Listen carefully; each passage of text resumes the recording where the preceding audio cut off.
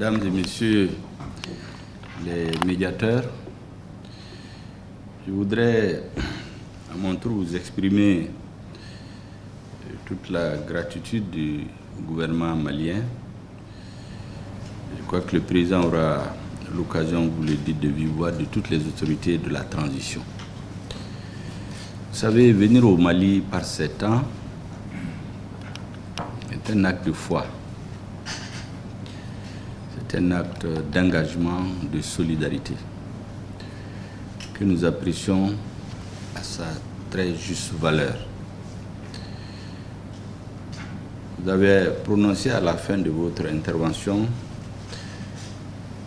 les sanctions inhumaines contre notre pays.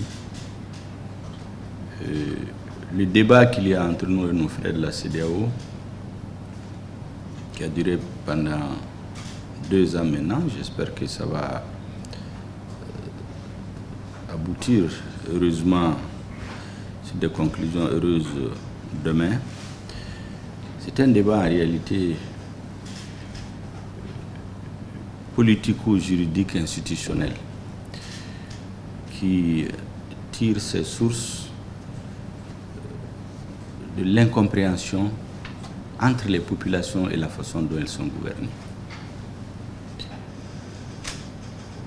J'explique souvent à nos interlocuteurs que la transition malienne est tout à fait spécifique. Il y a plusieurs raisons de changement de régime, mais dans le cas du Mali, c'est un soulèvement populaire qui a duré des mois, avec des morts, des blessés, des emprisonnements, au moment où le terrorisme occupait de plus en plus de portions de notre territoire. On était à 80% en 2000. Alors qu'en 2013, lorsque les anciennes autorités arrivaient au pouvoir, l'insécurité était résiduelle et confinée au nord du Mali. C'est étendu à 50%, 60% et à 80% du territoire. Donc à un moment donné, les principales forces vives de la nation se sont interrogées. Faut-il, oui ou non, continuer dans cette situation jusqu'à vivre la situation que vous avez vue en Afghanistan, où pendant 20 ans, la communauté internationale a organisé des élections, a installé des régimes démocratiquement élus, et un jour, elle a décidé de partir. Et tout le monde a assisté à une situation surréaliste où les populations afghanes, avec l'énergie du désespoir, s'approchaient à des trains d'atterrissage des avions pour quitter leur pays. Au Mali, on s'est interrogé à un moment donné, est-ce qu'il faut attendre jusqu'à ce qu'un jour, quand les 100% du territoire seront pris, la communauté internationale va partir. D'autant plus que nous avions les forces armées maliennes, l'AMINUSMA, Takuba, Barkhane, G5 Sahel, ECAP Sahel, que sais-je encore, plus de 50 000 forces étrangères sur notre pays. Et le terrorisme ne faisait que prendre de l'espace de jour en jour. Donc on s'est dit qu'il y a un problème. Notre pays est un pays qui a des ressources très limitées. 20 à 25% de ces ressources sont dédiées à la sécurité du pays. Une bonne partie est dissipée. Lorsque, dans le cadre de l'exercice démocratique normal, l'opposition a répertorié des grands détournements massifs et a demandé une simple commission parlementaire, refus.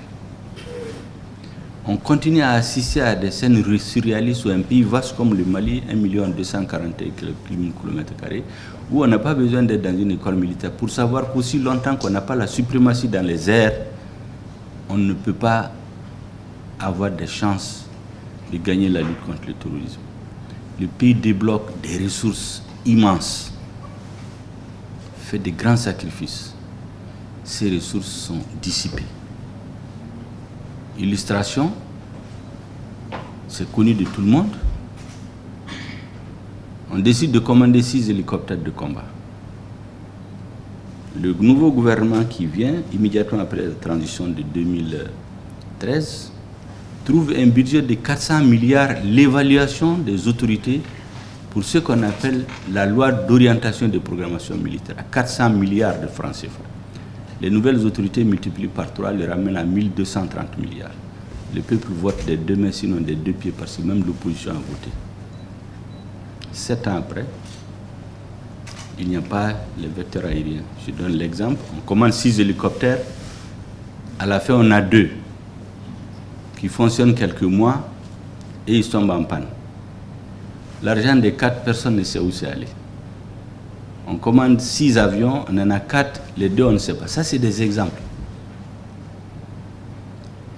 Et c'était de notoriété publique.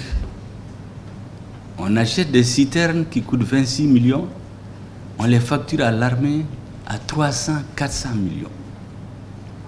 Des camions de transport de troupes qui coûtent 40 millions, on les facture à 400 millions.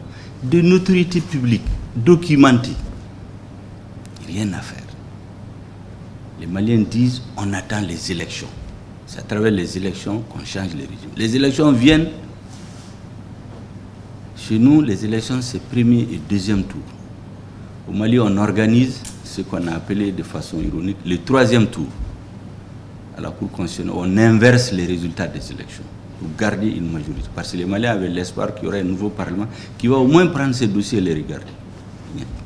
Le résultat, on s'est trouvé dans une situation où le pays était pris en otage par un système oligarchique, une oligarchie plutocratique composée d'hommes politiques,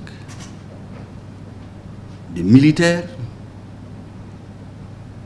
de hauts fonctionnaires, un petit groupe qui a pris le pays en otage. Aucun autre moyen n'existait que le soulèvement.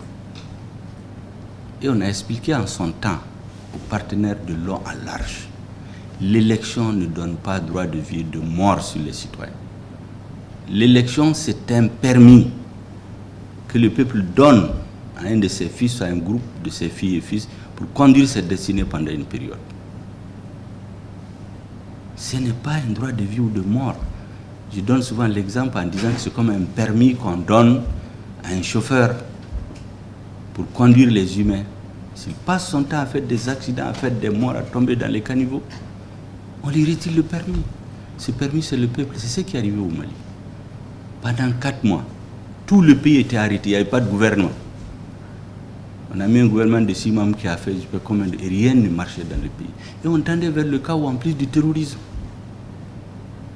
Donc c'est face à cette situation de chaos, il y avait un risque de dégénérescence du pays dans les quelques jours. Et donc une frange de l'armée, et plus tard toute l'armée s'est ralliée, donc les forces armées de sécurité ont décidé de prendre leurs responsabilités pour éviter le chaos à notre pays. C'est ce qui est arrivé au Mali. Les militaires ne se sont pas levés, sortis des casernes pour venir prendre le pouvoir. Ils n'auraient pas intervenu, on serait dans une situation de chaos que personne n'aurait maîtrisé. Et peut-être que la société, la communauté internationale allait nous abandonner. Voilà ce qui est arrivé au Mali. C'est ce que nous passons le temps à expliquer à nos partenaires. À la CEDEAO, ils ont ramené l'élection. Tout le processus de transition à des élections. On a dit, mais on a fait 30 ans, on ne fait que des élections démocratiques.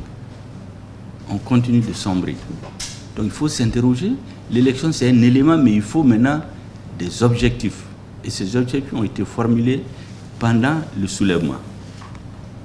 Ces objectifs, il y en a 5. Le premier, c'est qu'il faut améliorer de façon substantielle la sécurité dans le pays. Seul gage du retour de la paix. Aussi longtemps que l'État ne peut pas assurer la sécurité des personnes et des biens, il ne peut pas être un État légitime. L'amélioration de la situation sécuritaire. La deuxième exigence du peuple insurgé, c'était de faire en sorte que les crimes économiques, donc la lutte contre l'impunité, la corruption, parce qu'il y avait des disparitions forcées de personnes, de citoyens, de journalistes aussi, dont les dossiers n'étaient jamais sortis. Donc la lutte contre l'impunité et la corruption. Le deuxième objectif, c'est de faire les réformes profondes pour éviter ces séries de coups d'État. En 30 ans, nous avons eu 2 ou 3 coups d'État. Et la CEDEAO même, ce qui est curieux, en 2018, après une longue crise politique, a envoyé une délégation des ministres des Affaires étrangères ici, présidée par le ministre des Affaires étrangères du Nigeria, qui a déposé un rapport en octobre 2020, où il dit que le Mali ne doit plus organiser d'élections sans faire des réformes politiques substantielles. Ce sont ces réformes qu'on a voulu faire. L'ancien gouvernement avait refusé de les faire, il l'a conduit à sa chute. Donc, troisième exigence, des réformes politiques. Ensuite, l'étincelle qui a mis le feu aux poudres, c'est le résultat des élections législatives. Donc, les Maliens ont dit, plus jamais on doit laisser planer le doute sur les résultats des élections. C'est donc dit, mettons un organe unique, indépendant, pour organiser les élections, pour minimiser les risques de contestation des élections. Et enfin, nous avons ce que vous connaissez, l'accord pour la paix et la réconciliation nationale issu du processus d'Alger, qui a été rejeté par une bonne partie des Maliens dès sa signature, parce qu'il disait que c'est un accord qui contient les germes de la partition du Mali. Mais l'État a signé au nom de notre peuple. Une partie du peuple y a adhéré parce qu'on pense que le prix, la paix n'a pas de prix. Et donc les Maliens ont dit oui à l'accord, mais prenons quelques garanties. Parce qu'on a signé l'accord en 2015 pour 2 ans, 7 ans après. Comme je dis, le malade Mali a une maladie qui atteint une partie du corps. En 2015, un médecin qui s'appelle Communauté internationale lui prescrit un médicament prévu pour le guérir en 2 ans, 7 ans après. Au lieu de le guérir, ça s'est gangréné, ça a pris 80% du corps. Le malade doit faire quoi? Soit il change de médecin, soit il change de médicament, soit il change de posologie, ou les trois. Donc on s'est posé la question, est-ce qu'il ne faut pas revoir un peu toutes nos coopérations avec la communauté internationale? Ce sont ces questions que nous avons posées. On a dit à nos frères de la CEDEAO, cherchons des solutions. On a perdu 2 ans. Aujourd'hui, Dieu merci, je pense que tout le monde est d'accord qu'il faut des réformes. Il faut la lutte contre la corruption et l'impunité. Il faut améliorer la sécurité. Et concernant l'accord pour la paix, les Maliens ont dit d'accord pour mettre en œuvre l'accord, mais il y a 4 paramètres qu'on ne doit pas négocier. L'unité nationale, l'intégrité du territoire sur l'ensemble, l'intégrité du territoire national, l'exercice de la souveraineté de l'État malien sur l'ensemble de son territoire, et enfin, la forme laïque républicaine de l'État, sa préservation. À ces conditions, tout le reste peut se négocier. Voilà ce que nous avons posé à nos frères de la CEDEAO, qui ont pris des décisions. Vous êtes des magistrats, vous le savez. Ces sanctions n'existent ni dans les textes de la CEDEAO, interdits par les sectes de l'UEMOA, interdits par la Convention des Nations Unies sur les pays sans littoral, que le Mali a ratifié en 1987, qui interdit tout embargo contre des pays sans littoral. On ne peut pas prétendre asseoir un état de droit en violation des lois. Et tout ça, nous espérons que c'est le passé. À partir de demain, on rentre dans une logique où je pense qu'avec nos frères, on pourra trouver une solution. Et c'est pourquoi, parce que quand notre population exigeait de sortir de la CEDEAO, de tout, nous avons dit attention, notre pays a vocation à unir. Dans notre constitution, depuis tous les régimes qui nous sont succédés, c'est écrit noir sur blanc. La République du Mali est prête à renoncer à tout partie de sa souveraineté pour construire l'unité africaine. Donc ce qui se passe, nous considérons que c'est une bouille passagère dans une famille. Espérons que ça va se terminer. Et je crois que vous direz tout ça de façon la plus éloquente demain, en espérant aussi que la sagesse va prévoir demain. Merci bien, mesdames et messieurs. La séance est levée.